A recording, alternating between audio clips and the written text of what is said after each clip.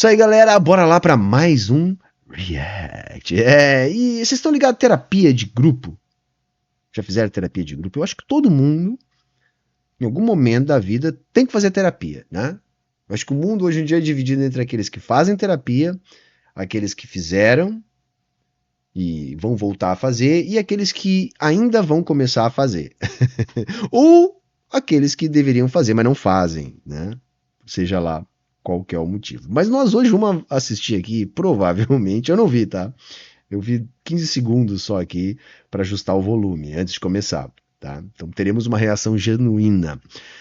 Mas eu suspeito que nós vamos assistir aqui uma terapia de grupo, tá? É um corte do podcast Três Irmãos, tá? Aliás, vou estar lá no dia 28, tá? A princípio não vou ter debate com ninguém, mas enfim, vai que aparece alguém aí para debater, pode ser que aconteça, tá? Onde os debatedores, eu não sei quais deles, eu não sei nem o nome dos caras, mas enfim, um liberal aleatório lá, ó, 2 liberais aleatórios, uma coisa assim, não sei exatamente, tá? Choramingando aqui numa espécie de terapia de grupo por causa dos seus debates com o Gustavo Machado. Então, vamos reagir, porque a gente reagiu há poucos dias ao engenheiro Léo, né? Também fazendo terapia lá no Redcast a respeito do seu encontro com o Gustavo. Então agora nós temos aqui o Otávio Facuri, é isso? Esse é o nome dos caras. E aí, chat, é esse o nome, né? Não sei. Vamos ver, tá? Sem mais enrolação, bora pro vídeo. Eu achei, assim, lógico, o resultado foi maravilhoso. É o que a gente espera mesmo, tanto sim. é que só teve o sucesso que teve porque ele falou o que a população sentia. Exatamente. Ele não falou nada, ele canalizou a população. Isso. Ele usou Ele foi a voz do povo. Que levantaram o sentimento do povo para fora. Foi a voz do povo. Mas eu fiquei triste com o seguinte, nem triste, muito preocupado. Porque o Nicolas, pra mim, é um cara que... Eu já falei um bom tempo atrás que ele, pra mim, hoje é um dos grandes políticos do mundo. Sim. Ele é foda, esse moleque. E ele já tinha um alvo nas costas, mas hoje eu acho que ele passa a ser o principal alvo. Ele sabe disso. Ele já era um alvo. Eu tenho medo por ele. Ele já era a vida dele, talvez. Hoje ele mete muito mais medo na esquerda do que quase todos os outros. Sim. Entendeu? E ele é jovem. Tem muitos outros que estão amarrados. Não, tá, só um pouquinho, tá? Eu não sei porque eles estão falando do Nicolas Ferreira aqui, tá? Mas assim, o Nicolas, gente, não mete medo em ninguém, não. O Nicolas é produto de seu tempo. Se vocês olharem no mundo inteiro, tem políticos em ascensão estilo Nicolas Ferreira. Eles canalizam o espírito do tempo. Então a nossa preocupação não é com o Nicolas Ferreira. É com uma conjuntura que dá poder político para tipos como o Nicolas Ferreira, que tem vários no Brasil. Vários, tá? Porque assim, não tem preparo algum, não tem nada de novo, nada de original, nada de interessante. Não é isso. Não é um inimigo perigoso. O perigoso é a conjuntura que a gente está vivendo, que é uma conjuntura de fortalecimento do fenômeno nazifascista, do fenômeno de extrema-direita. Que eu já insisti aqui no canal em explicar como um produto de um capitalismo em crise prolongada, uma crise de ideologia que não é mais capaz de sustentar as premissas da democracia burguesa como fonte de esperança e promessa de um futuro melhor para as pessoas, fazendo com que as pessoas se desiludam neste processo e busquem soluções extremas com base naquilo que já está posto. E isso é literalmente fascismo. Então, esse tipo de discurso ele cola no Brasil e no mundo por causa dessa conjuntura, tá? Não tem nada a ver de temer o Nicolas, entendeu? Se amanhã cair um raio na cabeça do Nicolas e ele virar churrasquinho, vai surgir outro, tá? Então o problema não é o Nicolas, o problema é a conjuntura política. Mas o Nicolas não. E ele não tem, e ele sabe que ele é alvo, mas ele não parou por causa disso. Entendeu? Legal. Quer responder alguma coisa aí? Vamos lá. Agora o pessoal já saiu, mas tinha uma turma falando aqui que a gente fomos lavados pelo Gustavo lá. Vamos lá, isso que eu quero ver. Eu deixei uma dica para todos os seguidores do Gustavo Machado. Eu falei, e o Faca também falou, que é o seguinte, quem patrocinou a Revolução Russa foi o Wall Street. Foi o Wall Street, o dinheiro, os bancos. Isso é provado, é mais que provado. E o Gustavo falou, quero ver prova, traz a prova e tal. Então, qualquer pessoa que me chamar no direct, eu vou mandar os livros todos que provam que o Wall Street bancou. Mas por que você não mandou lá? Por que você não falou? Por que você não mostrou, entendeu? Eles, como é que é o nome? Tinha um nome desse que eles usam. Cara, liberal parece um disco arranhado, cara. Como é que é o nome, chat, do programa, né? que mandou dinheiro para a União Soviética, que representa lá, não sei se 2%, 1%, sabe? Então, assim, aí eles supervalorizam isso, tá? É uma bosta, não interessa qual é o nome, entendeu? Assim, é legal ver, cara, que assim, ó, o que o Gustavo fez, por favor, para todo o campo marxista que o Gustavo fez com esses caras, foi mostrar que eles são discos arranhados, tá? Que decoram 5 ou 6 coisas, tá? E acham que com isso eles estão municiados para enfrentar um debate com uma pessoa que tem um pouco de leitura. Entendeu? Por isso que eu disse, eu vou lá no Três Irmãos. Se for para debater com esses tipo aí, pode ser qualquer um, não tem problema, porque eu tô acostumado, eu tô há 10 anos na internet, escutando esse mesmo tipo de ladainha. Land Lease, é isso aí, tá? É isso aí, tá, Little Charlie? É isso aí. É por causa disso que eles falam essa merda, tá? Isso aí, eu não vou agora entrar no Google aqui para ver, mas é 2%, 1%, sabe? Do que foi o esforço, né, necessário para financiar todo o processo revolucionário. Então, assim, foda-se, entendeu? Para de chorar, meu. A revolução marxista. Agora, são pessoas que têm uma capacidade intelectual muito baixa, porque é uma coisa que foi refutada em 1919, que é o socialismo. Está refutado já. E eles continuam achando que esse cara veio. Ele tem umas palavras, umas frases de efeito lá, e a galera fica achando que o cara ganhou. 2 livros, eu vou até falar. Primeiro, The Creature from Jekyll Island. E o outro livro é The Wall Street Trilogy. Quem quiser olhar. Depois a gente... É que eles falam que o imperialismo atrapalhou muito que o comunismo e o socialismo então, fossem isso tudo falam, mas a culpa é do imperialismo. Eu vou falar porque, assim, na verdade, a conversa entrou numa circular. Eu já estava sem paciência de ficar respondendo, porque, assim, primeiro o formato da conversa foi 10 minutos para um lado, o cara fala 10 minutos, aí quem está do outro lado, se quiser refutar tudo, tem que ficar anotando 10 minutos. Então, eu prefiro, eu até falei, próxima vez que tiver, eu topo fazer de novo, seja 1 minuto para cada lado. 1 minuto ou 2 para lá? Não, isso aí não dá, entendeu, gente? Porque assim, isso é uma regra que eu não aceitaria. Como assim 1 minuto para cada lado? Como que eu vou explicar um assunto complexo em 1 minuto? Mas entendeu? Como essa turma aí, galera, decora 5, 6 bordões desses chans, essas coisas que circulam na internet a respeito do socialismo, eles não fazem ideia do que eles estão falando. Se eles tiverem mais de 1 minuto para falar, eles não têm o que falar. Entenderam? Se eles tiverem mais de 1 minuto, eles não têm o que falar. Porque eles têm que soltar o bordão e o outro não pode ter tempo de destrinchar o assunto, entende? Porque esses bordões, gente, eles normalmente pegam uma meia-verdade, quando não é simplesmente uma mentira, e produzem uma enorme distorção, algo que possa ser compreensível a partir de um raciocínio muito simples que possa ser desenvolvido em 30 segundos.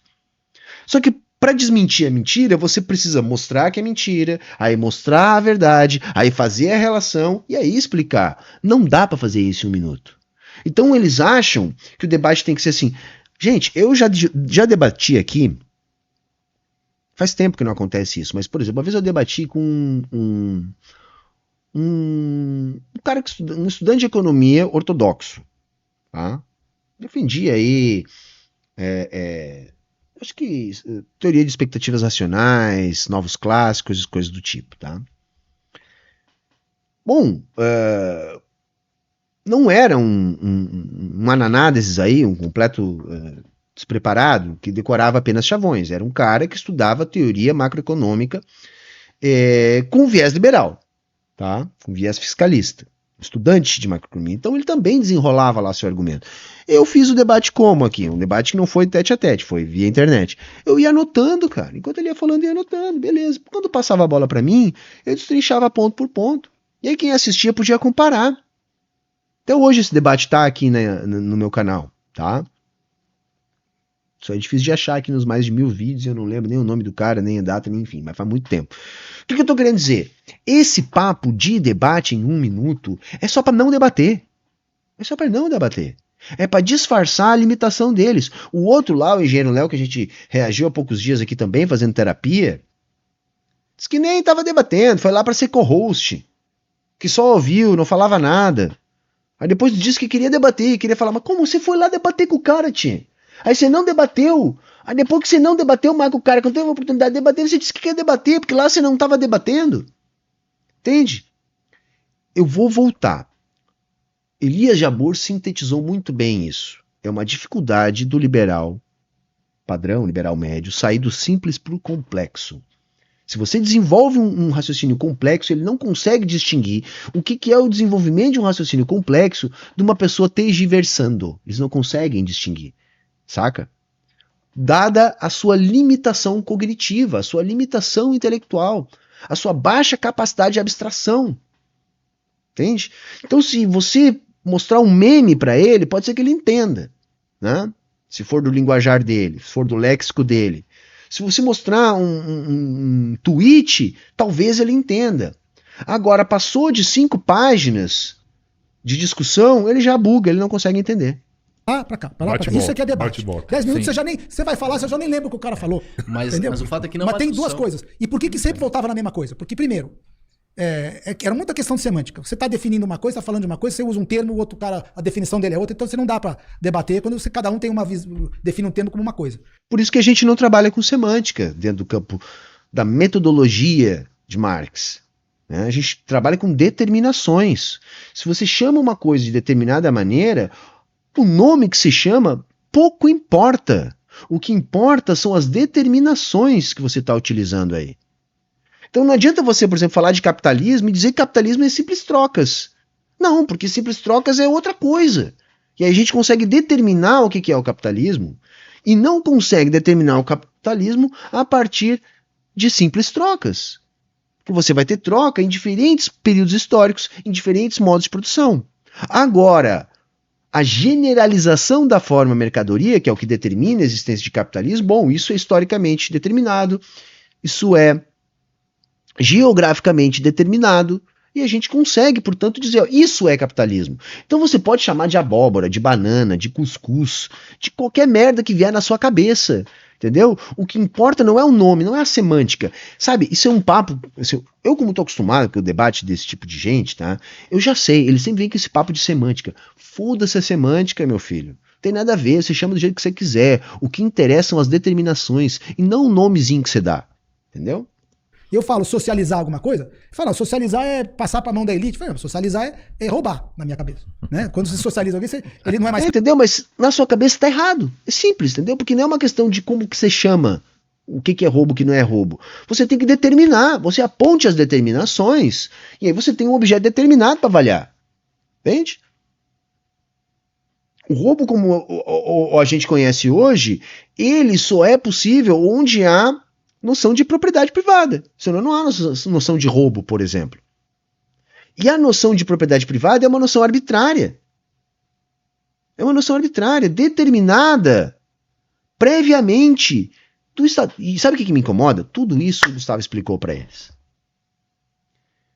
Aí eu não sei até que ponto é burrice, até que ponto é sem vergonhice, tá? Que é isso, né? Propriedade é algo que é prescrito pelo Estado e depois defendido pelo Estado, que é a organização da classe dominante. Privado ele é de todos menos seu, ou da elite menos seu. E aí discute-se o capitalismo, ele acha que o capitalismo é o globalismo. Ele falou claramente, o capitalismo é o que eu chamo de capitalismo, o que eu estou criticando como é o globalismo. Eu também critico o globalismo. E para mim, isso não é capitalismo. Globalismo é uma coisa estapafúrdia, indeterminada, que na verdade esconde o que de fato é, que é uma teoria da conspiração do cacete. Não existe globalismo, gente, tá? Não existe globalismo. O que existe é globalização. Globalização é um conceito, tá? Que eu acho que não tem determinações muito robustas, mas ainda é um conceito sociológico. Globalização. Globalismo, gente, é Illuminati, é reptilianos, é terra plana, tá? Não existe globalismo, tá? E capitalismo é muito elementar, é a generalização da forma mercadoria. É isso, tá? É quando a forma mercadoria pauta o conjunto das relações socioeconômicas. Se você tem uma sociedade que é pautada pela lógica da mercadoria, você tem uma sociedade capitalista, você tem um modo de produção capitalista. É isso. Tá? Se você quiser fazer uma discussão sobre o que é a lógica da mercadoria, bom, a gente pode fazer essa discussão em outro momento, mas eu acho que não cabe aqui agora. Capitalismo. O capitalismo, para mim, apesar dele ser hoje distante... Foda-se o que é o capitalismo para ti. O capitalismo não tá nem aí o que ele é para ti, entendeu? O capitalismo é o que ele é, independente do que você acha que ele é, entendeu? da realidade, ele já foi próximo o capitalismo no período da história foi mais próximo do que eu gostaria que fosse. O século XIX, que eu mencionei para você. Século XIX, você não tinha ninguém. No século XIX você tinha a criança de 14 anos trabalhando 16 horas por dia, né? Não se tinha direitos trabalhistas, não se tinha nem mínimo de condições de trabalho, né? Razoáveis. Se tinha um processo ainda mais violento de exploração e ainda por cima não se mostrou sustentável, porque quebrou aquele modelo, né? Aquele modelo quebrou. Sabe, o abandono do padrão ouro não foi uma escolha dos capitalistas, foi uma imposição da realidade material. Uma necessidade para salvar o capitalismo. Entende? Esse cara tá falando o quê? Que o capitalismo bom era do século XIX, que é o mesmo de hoje, tá, gente? Seja no século XIX, seja hoje, a determinação central do capitalismo é a mesma, é a generalização da forma mercadoria. No século XIX, o mundo já era capitalista. O que ordenava 100% das relações socioeconômicas era a lógica da mercadoria, assim como é hoje. O que mudou foi a perfumaria. O que mudou foram algumas formas sociais que não alteram em nada a estrutura da lógica da mercadoria. Mexendo com o valor da moeda, certo? Quando tinha alguém que resolvia imprimir moeda sem ter ouro, esse cara quebrava rapidinho. Tinha que ter o laço de ouro ali pra acontecer. Ele podia até não ter, e o cara imprimia, mas quando descobriam, o banco quebrava na hora. Não quebrava na hora, não acontecia porra nenhuma disso, você não faz nem ideia do que você está falando, nem ideia. No tempo de Marx, a moeda ainda era lastreada em ouro, e mesmo assim já não havia nenhum tipo de compasso entre a emissão e a arrecadação. Tem vários vídeos aqui no canal onde eu explico isso. O ajuste era feito entre a taxa de juros do país superavitário e do país deficitário. Não havia troca de ouro de um banco central para o outro. Os bancos emitiam moeda. O Marx já estava vendo isso, mas ele nunca escreveu sobre isso. Tem alguma coisa que eu achei sobre isso lá nos Grundrisse, quando ele está avaliando os balanços do Banco da França, né? Que já não fechavam. Por quê? Porque a moeda já tinha a mesma dinâmica que tem hoje, embora ela fosse oficialmente lastreada em ouro. Mas os bancos já faziam arbitragem. O que esses toscos não falam, porque não sabem, ou fingem que não sabem, é que, por exemplo, o nascimento dos bancos centrais foi uma demanda do próprio capitalismo para evitar a quebradeira dos bancos privados, que se alavancavam para muito além da sua capacidade. E aí passavam por crises sistêmicas onde os próprios capitalistas é que ficavam com prejuízo dada a paralisia e a perda dos seus recursos. Então assim se estabelecem os bancos centrais justamente para dar essa garantia para que o capitalismo pudesse continuar crescendo. Então assim, se tentou, por exemplo, muitas vezes na história, formatar moedas privadas, nunca deu certo. Faltavam as garantias necessárias para o sistema continuar funcionando. As garantias de um Estado que nada mais é que a organização da classe dominante, a fim de atender os seus interesses econômicos. Isso é o Estado. Responsabilidade ali, né? Quebrava na hora. Às vezes as pessoas não aceitavam mais aquela moeda. Aquele banco eu não aceito. Corre um boato aí que ele não tem ouro lá no cofre. Então, isso não existe isso na história. Você volta para a história, você vai ver que não há isso enquanto regra no capitalismo. A regra foi a formatação de bancos nacionais. Essa é a regra. Isso é. O século XIX foi um século que o mundo cresceu de uma forma pura, sem muita alavancagem. Forma pura. A produtividade, o que mais moveu o crescimento do século XIX nos Estados Unidos e na Europa foi a busca pelo lucro mesmo. O cara ia para um lugar que não tinha nada. Se o cara não tem um estímulo para crescer, ele não vai. Você não teria. E ele admitiu isso. Quando eu falei para ele, os últimos 200 anos no mundo foi o sistema esse sistema de incentivo do capitalismo que você critica, a busca pelo lucro, foi o que produziu a possibilidade da gente chegar nessa população. E ele fala a verdade. É verdade. O argumento dele é que... Claro, né, imbecil? Deixa eu explicar aqui. Ai, cara, eu não gosto desses caras, porque assim, o idiota confiante me irrita, tá? Idiota confiante me irrita demais, cara. O capitalismo é o modo de produção mais produtivo desenvolvido até hoje. Isso não é estranho aos marxistas, ao contrário, é o que Marx dizia. A questão é o custo social das contradições dessa alta produtividade. O que acontece por ter esta produtividade? Por isso que o socialismo, ele não é a negação do capitalismo, embora também seja, mas mais do que isso, ele é a superação.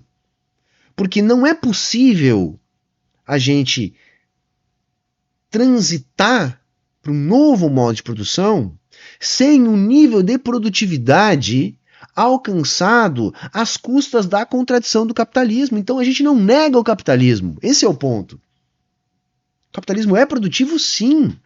O problema é o custo dessa produtividade, que com o tempo se torna insuportável, fazendo com que o prejuízo social supere em muito o ganho produzido por esse nível de produtividade. Então nós estamos falando de guerra, de concentração, de miséria. Hoje em dia, por exemplo, a escassez é artificial, galera. Não há uma necessidade de haver escassez. A escassez foi durante muito tempo um problema para a humanidade a ser resolvido. Hoje em dia não é mais. Hoje ela é criada por um problema de distribuição da produção, justamente para que o capitalismo continue funcionando. Então veja, o capitalismo hoje é muito mais disfuncional do que qualquer outra coisa. Agora, ninguém nega a produtividade, o salto de produtividade. Porque, lógico, gente, isso aí Engels já estava dizendo lá atrás, muito antes do Capital, quando ele estava lá dizendo, olha, quando você separa uma parcela da sociedade e essa parcela é a única responsável pela produção, a outra parcela que não é responsável pela produção consegue extrair uma maior produtividade justamente pela relação de dominação a essa parcela que está sendo explorada. Então veja, essa produtividade ela é uma necessidade para que aquela parcela que não trabalha possa viver a partir da produção daqueles que trabalham. Então é necessário um aumento de produtividade, desde que houve o nascimento da propriedade privada. O aumento da produtividade foi um condicionante para o estabelecimento da sociedade de classes. Então a questão não é negar a produtividade, a questão é apontar a contradição e os limites disso. Então nós vamos ter a necessidade de superação nessa aposta que a gente faz na nossa capacidade de organizar o trabalho a fim de dar conta do problema da distribuição, sem depender mais de uma lógica capitalista que concentra a riqueza, que produz pobreza, que distorce o poder político em favor do poder econômico e uma porção de outros problemas. Seria melhor ainda se fosse o sistema dele. Ele fala, não é verdade, o sistema capitalista produziu essa riqueza que está mal distribuída e tal, quer dizer, o argumento é esse, e que nós vamos ter que mudar fazendo a revolução, a despeito de já ter feito umas 10 revoluções em todo lugar e nunca ter dado certo. Isso Todas deram certo. Esse é o problema do Gustavo enfrentar esses caras, né? Porque o Gustavo ele tem que ponderar a respeito das revoluções. Não, elas deram certo, sim. Você vai dizer que a Rússia, que sai do arado para o satélite, não deu certo, né? Um desemprego zero, né? Esse papo de que se passava fome na União Soviética, isso é bobagem, isso é mentira, tá? Em determinados lugares da Rússia, depois do fim da União Soviética, a expectativa de vida chegou a cair até 10 anos. Então, assim, deram certo, sim. Claro que deram certo, sim. Né? Não deu certo para quem? É isso que a gente tem que perguntar. E elas não acabaram porque não deram certo. Elas não acabaram porque perderam a guerra. A guerra. Tá? Agora, o modelo de sociedade, que tinha muitos problemas, lógico, não tinha os problemas do capitalismo, mas é justamente isso que a gente promete. O socialismo não é uma panaceia que há de resolver todos os problemas da humanidade. É uma superação do estado de coisas a fim de superar os problemas do capitalismo. Isso não quer dizer que nós não vamos ter problemas. Aliás, como todo o processo de transição, deve acontecer envolto a muitos problemas, tá? O sistema dele que é o melhor, por que não deu certo? Então, a questão é, cada vez que eu dava um exemplo de alguma coisa que deu certo, ó, o empreendedorismo dá certo aqui, isso dá certo ali. Não, eu tenho um exemplo anedótico. Meu exemplo é anedótico, beleza. É que ali, por exemplo, eu não, naquele clima de 10 minutos pra lá pra cá, e numa situação daquela, eu acabo tendo que interromper, e todo mundo já acha que eu interrompo demais, né? Acaba tendo que interromper, então tava cansado de interromper. A questão é, anedótico por anedótico, as evidências anedotais das revoluções são todas negativas. Não teve nenhum país ali que adotou aquilo, planejamento, esse socialista comunista, que conseguiu produzir isso e atender a demanda. Todo mundo falta.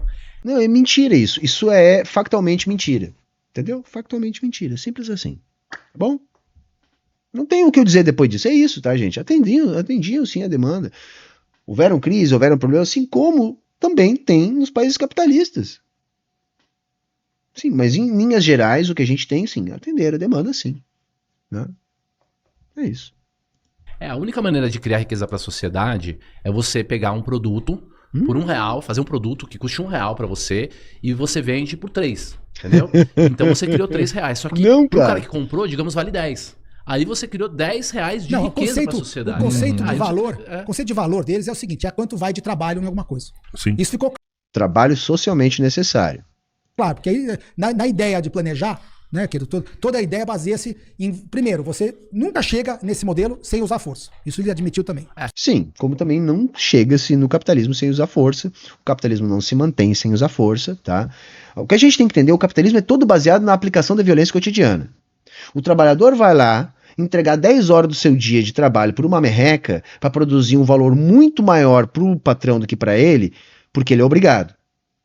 Há uma violência praticada sobre ele para que ele faça isso, senão ele não entrega o produto do seu trabalho.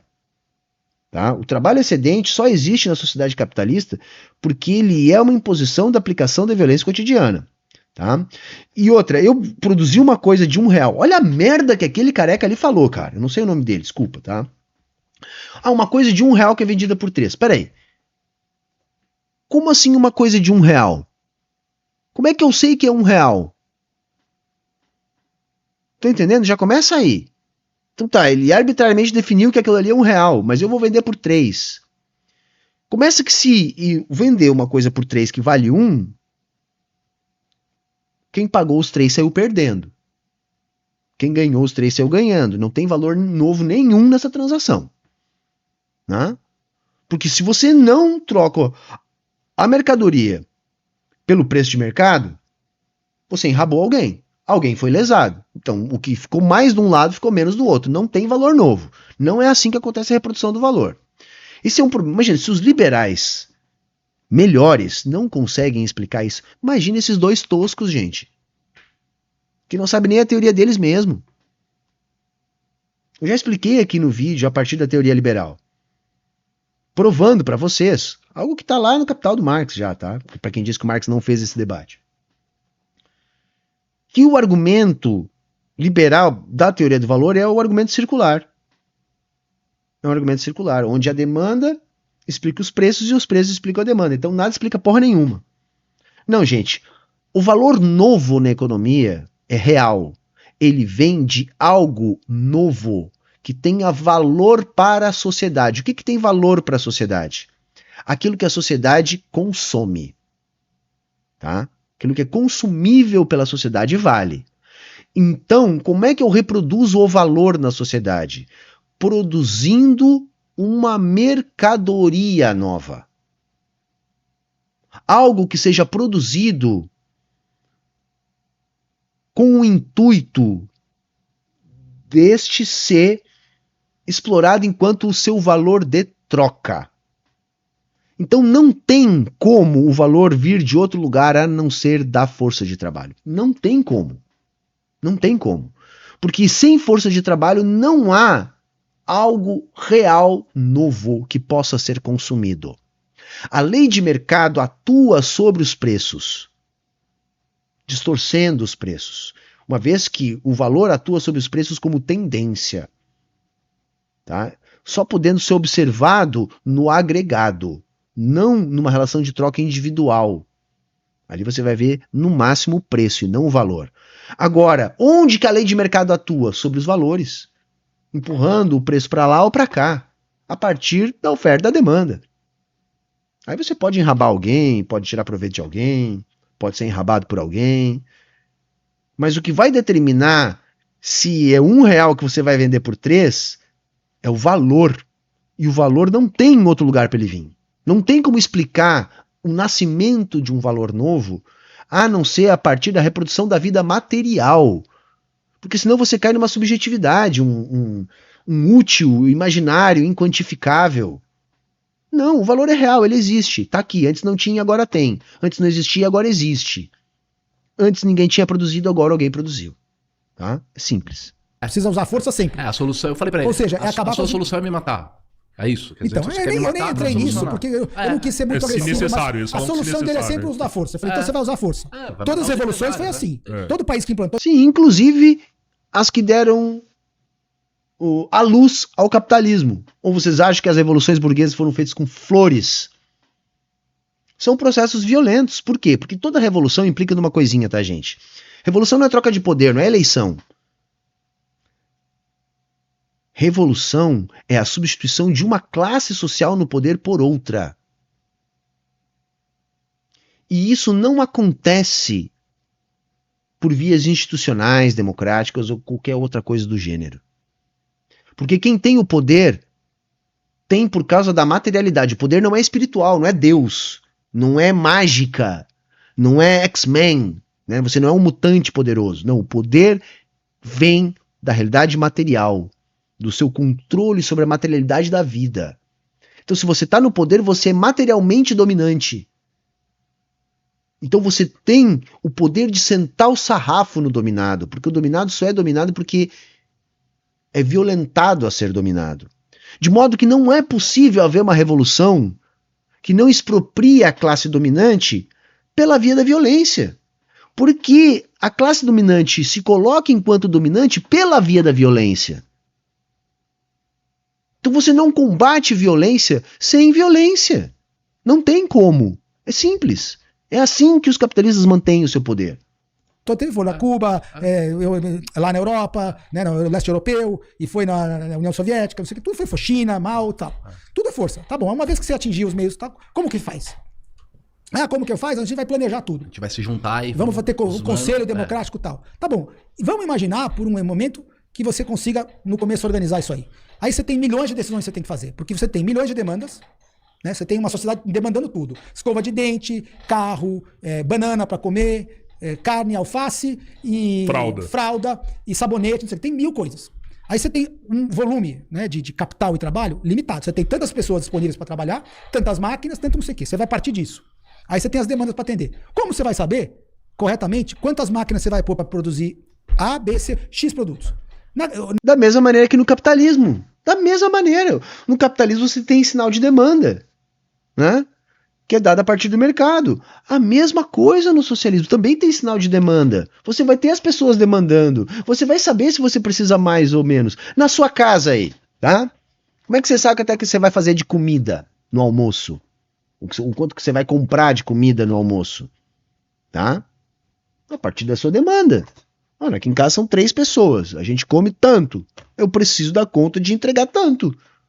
Tem sinal de mercado aí? Não, mas tem demanda, caralho. Eu não sei como explicar as coisas pra essas pessoas, cara. Sabe o que é? Ele tá falando tudo isso aqui pra fazer terapia, porque tudo isso o Gustavo explicou pra ele, cara. Então por que ele não usou esses argumentos na frente do Gustavo? Mas sabe o que é? Ele até usou em parte e foi rebatido. Aí é mais fácil ele repetir depois, quando não tem ninguém na frente dele que possa contra-argumentar com ele. É isso, entendeu? Então fica nesse choro terrível, patético aí. A justificativa dele é, não, eu não preciso, é só eu produzir um estoque. Aí, à medida que eu vou produzir um pouco de tudo, e à medida que o estoque for caindo, Deus vai repondo. eu vou repondo e eu sei onde tem. Se o estoque cair aqui, se o estoque. É exatamente assim que o capitalismo funciona, sabia? Sabia que é exatamente assim? Sabia? Você passa ali na frente da fábrica da GM em Gravataí, você vai ver lá o enorme do estoque. Conforme vai havendo demanda, eles vão limpando o estoque. O estoque começou a cair, eles aceleram a produção. A partir daquilo que está vendendo. É a mesma coisa, cara. Você entende que é a mesma coisa. É a mesma coisa. Você vai ter, gente, assim, tá? Se eu não me engano, é no Crítica do Programa de Gotha até que o Marx explica isso. Você trabalha, você recebe pelo seu trabalho um equivalente ao trabalho. E depois você utiliza, isso que pode ser um ticket, um passe, uma moeda, se você quiser, não gosto de usar moeda porque é diferente da moeda capitalista, você utiliza isso para comprar o que você precisa. Entende? Então você vai ter alguém trabalhando no setor de distribuição e você vai ter o sinal de demanda. É rigorosamente a mesma coisa. O que é de diferente, gente?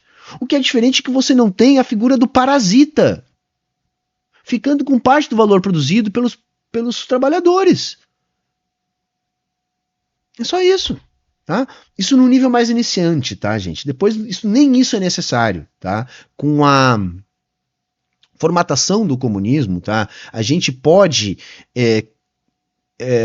entender a produção como algo muito mais descentralizado, mas numa transição para o socialismo seria isso, tá?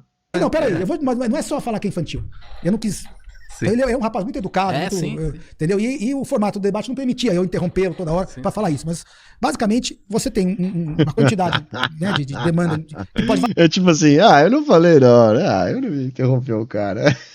variar, porque a demanda é uma coisa que é subjetiva. O cara pode precisar de uma escova, aí nasce 3 filhos, precisa de 3 escovas. Então, é uma coisa que varia. Como é que ele vai apurar isso? Ele não apura, ele deixa um estoque lá e vai caindo. Caiu demais, ele vai lá e põe mais produção ali. Igual no capitalismo, cara. Igual no capitalismo, cara. Tu acha que o dono da fábrica de escova de dente no capitalismo tem noção do todo? Não, ele tem noção do estoque dele, do que está sendo demandado.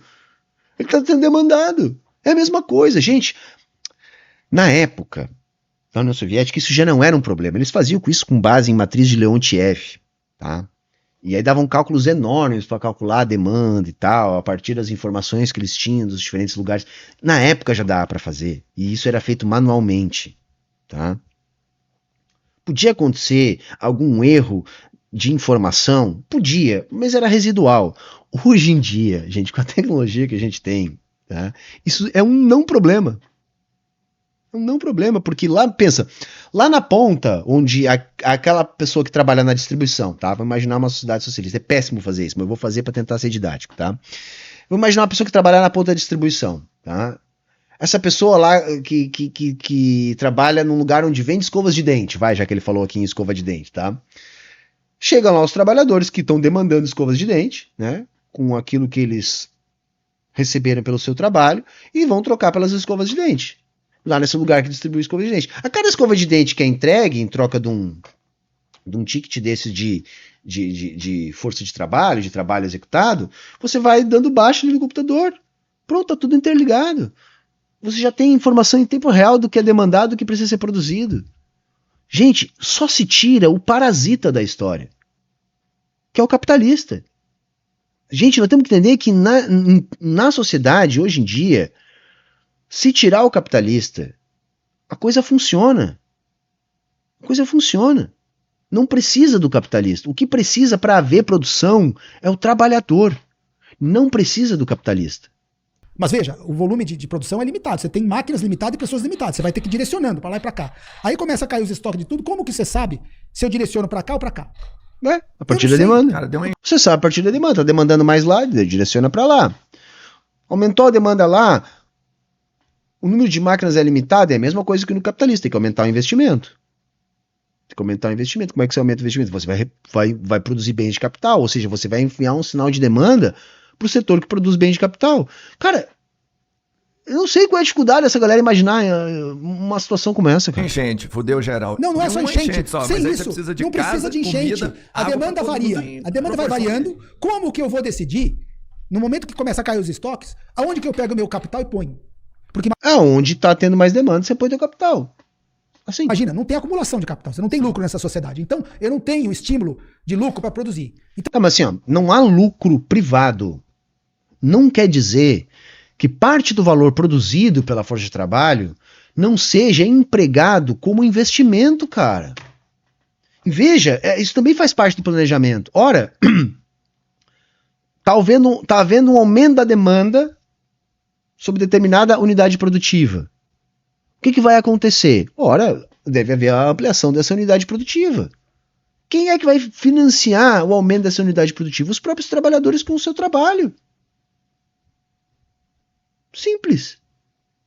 Se amplia a jornada de trabalho, se melhora a técnica, melhorando a produtividade, se contrata mais trabalhadores, ou seja, a mesma coisa que se faz no capitalismo.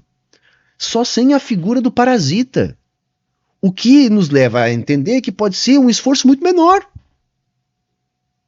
É muito provável que com a tecnologia que a gente tem hoje, toda a sociedade possa trabalhar uma fração das horas que se trabalha hoje em dia. Por quê?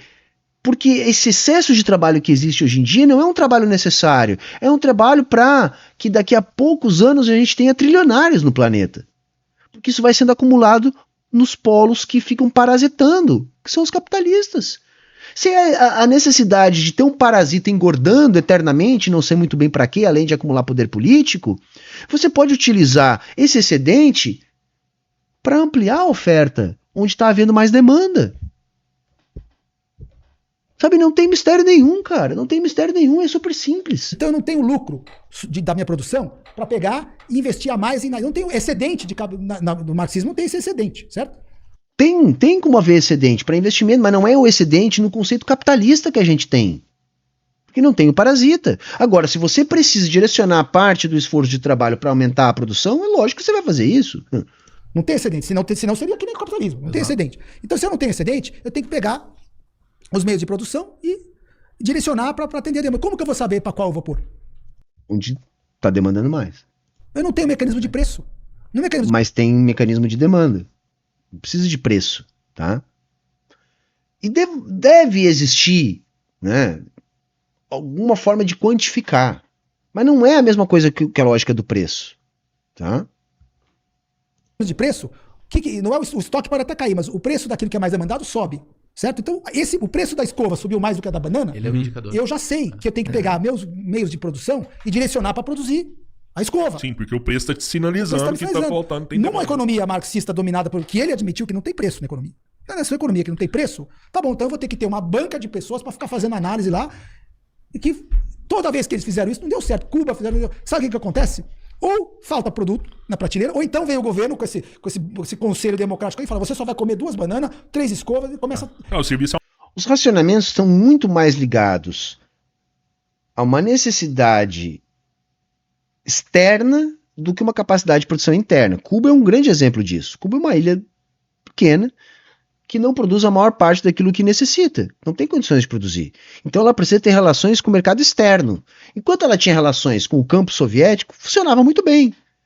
Quando isso colapsou e sobrou o embargo, ficou com muita dificuldade para Cuba buscar no mercado externo aquilo que ela não tinha condições de produzir. Ficou ali dependendo do turismo para ter acesso a dólares, ficou dependendo de algum outro produto que eles conseguiam vender para ter acesso a dólares, para comprar no mercado externo aquilo que eles não têm condições de produzir. Na União Soviética esse problema era menor, porque como era grande, era uma rede de países, você conseguia ter trocas internas dentro do bloco que amenizavam esse problema. Mas ainda assim, eventualmente acontecia isso. Agora vamos entender o seguinte, isso só não acontece de maneira mais escancarada no capitalismo nos países que têm recursos para onde o capital migra no seu processo de concentração. A maior parte dos países capitalistas passam pelas mesmas dificuldades e por dificuldades maiores de ter acesso ao mercado externo da mesma maneira. Só que por quê? Não tem recurso para comprar no mercado externo.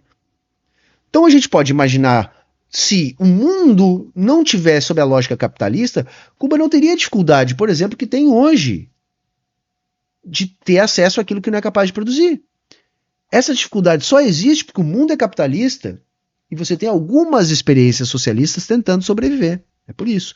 Por isso, por exemplo, que a China, que tem um modelo diferente, que é uma outra discussão sobre o socialismo na China, etc., não passa por esse problema, porque ela desenvolveu uma forma de ser imboicotável. E não passar por esse problema, que para mim é um dos principais problemas do estabelecimento do socialismo real. Como planificar a economia num mundo de economia de mercado? Como não sofrer ao buscar acesso à economia de mercado para aquilo que você não produz? Como não ser boicotado? Eu não vejo outra maneira a não ser um socialismo de mercado. Mas isso é uma outra discussão, é um arranca-rabo entre os marxistas, mas eu não vejo outra maneira de fazer isso. Isso é uma merda. Não, ilimitado, você só pode pegar uma coisa. Esse que é a economia marxista, não é uma economia, é um racionamento, quer dizer, não tem. Por quê? Um pressuposto que você tem meios de produção ilimitados, você não tem meio de produção ilimitado. Teu capital é X, número de máquinas que você tem, aí você vai ter que ter uma equipe trabalhando em produzir mais meios de capital, em construir mais máquinas. Qual é o estímulo desse pessoal? Ajuda 3 caras numa universidade e fica discutindo isso. Vamos salvar o mundo assim. Quer Isso dizer, é outra coisa. Qual o estímulo? Eu adoro falar. Gente, o estímulo é não morrer de fome. O estímulo é viver. O estímulo é o tempo necessário para a vida. O problema é que o capitalismo modula a nossa mentalidade a tal ponto que a gente não consegue vislumbrar um outro mundo. A gente não consegue achar graça em outras coisas. Encontrar sentido na vida que não seja um acúmulo infinito de dinheiro. A gente passa a achar, né, que a vida só tem sentido se for acumular dinheiro. Por quê? Porque a gente é condicionado a isso. É a frase que o Ian repetiu lá no podcast, né? Se você avaliar os operários de uma mina de carvão, você vai achar que é da natureza humana tossir, não é isso? Porque lá todo mundo tosse. Por quê? Porque vive a vida inteira dentro de uma mina de carvão. É a mesma coisa. A galera acha que o único sentido possível para te dar qualquer estímulo na vida é acumular riqueza, correr atrás de dinheiro. Bom, porque você vive a vida inteira no mundo capitalista. A partir do momento, por isso que eu digo, o socialismo é a chave para o desenvolvimento das verdadeiras faculdades humanas. Porque hoje tudo que se desenvolve a reboque da lógica do capital. Não tem espaço para mais nada. O capitalismo não é eficiente. O capitalismo é eficiente em reproduzir o capital. Quando a gente superar a lógica do capital, a gente vai ver a verdadeira eficiência aparecer. As coisas vão passar a ser pautadas pelo bom, pelo apraz, pelo aquilo que é mais lógico, pelo aquilo que é mais satisfatório. Hoje não, hoje tudo é pautado pela lógica do capital. E a gente sequer consegue imaginar um outro mundo. então, aí que tá. E aí, veja bem, aí, isso é um lado. Eu entendo o professor que tá orientando esse cara. Ah, mas ele ganha. Isso é um lado. Ganha da ONG do Soros. Isso é um lado. Aqui o pessoal fica falando pataquada aqui, mas isso é um lado. O outro lado é o seguinte, tá bom. Isso tudo é o que tá na tese, certo? O que tá na tese não é a prática do marxismo. Aí é verdade. A prática, quer dizer, o Marx escreveu isso tudo, mas quando ele começou a trabalhar na prática, ele montou o partido, ele reformou, né? Pegou um partido lá e transformou no Partido Comunista Marxista, nos moldes dele, e passou o resto do tempo trabalhando para formar o movimento marxista. E o movimento marxista influenciou todas essas revoluções de esquerda, bolchevique, Mao Tse Tung, tudo. Qual foi o resultado prático do que eles fizeram? Até Revoluções, né? Eles fizeram revoluções. Revolução na China, revolução na Rússia. Revoluções, fizeram revoluções. Foi o resultado prático, foram as revoluções. Esse bando de bocó de mola que tá olhando aqui dando risada porque não sei o quê, que tá falando besteira aqui nesse chat. Ele sentiu pra caralho, cara. Ele tá 20 minutos falando aqui, cara. Ele sentiu pra caralho. Que tem um bando falando besteira. Assim, qual foi o resultado prático? Vai dissociar o resultado prático do marxismo com o livro? Porque assim, o capitalismo também, quando eu falei da teoria, ele falou, não, temos que olhar o que está na prática. Aí o capitalismo virou, tá bom, então você tem que olhar o que está na prática do capitalismo, né? Que para mim, pegaram o capitalismo e mudaram ele. Quando você começa a mexer com dinheiro, você expropria a riqueza das pessoas, sem elas perceberem, imprimindo dinheiro e emprestando para quem? Os seus amigos. Tá Quando roubando, você né? empresta, quando você empresta para os seus amigos um dinheiro que você fabricou do nada. Sabe, eles acham realmente... Eu vou encerrar por aqui, porque eu já falei 1 hora e não tem mais o que sair daqui. Ele tá só pegando ar. Mas eles acham mesmo que o Estado é o inimigo, galera. Por isso que os verdadeiros capitalistas, quando olham esse tipo de bocó aí, devem rir da cara, né? Diz, isso, vai lá, trabalha, faz teu trabalho aí pra mim, tá? Isso. Propaga minha ideologia aí de graça. Entendeu? Porque, entendeu? Olha o que tá acontecendo nos Estados Unidos. Os Estados Unidos é uma caricatura perfeita, didática, né? O Trump lá na coleira do Elon Musk. São os capitalistas que mandam no Estado. Então, se o Estado empresta para os amiguinhos, é para atender as necessidades do capital. Mas chega, tô rouco, eu tenho que, enfim, continuar aqui depois. Vou encerrar, tá? Estamos 1 hora falando, galera, assim. É isso, tá? É isso. Não tem, tá? Não tem. É por isso que essa galera, assim...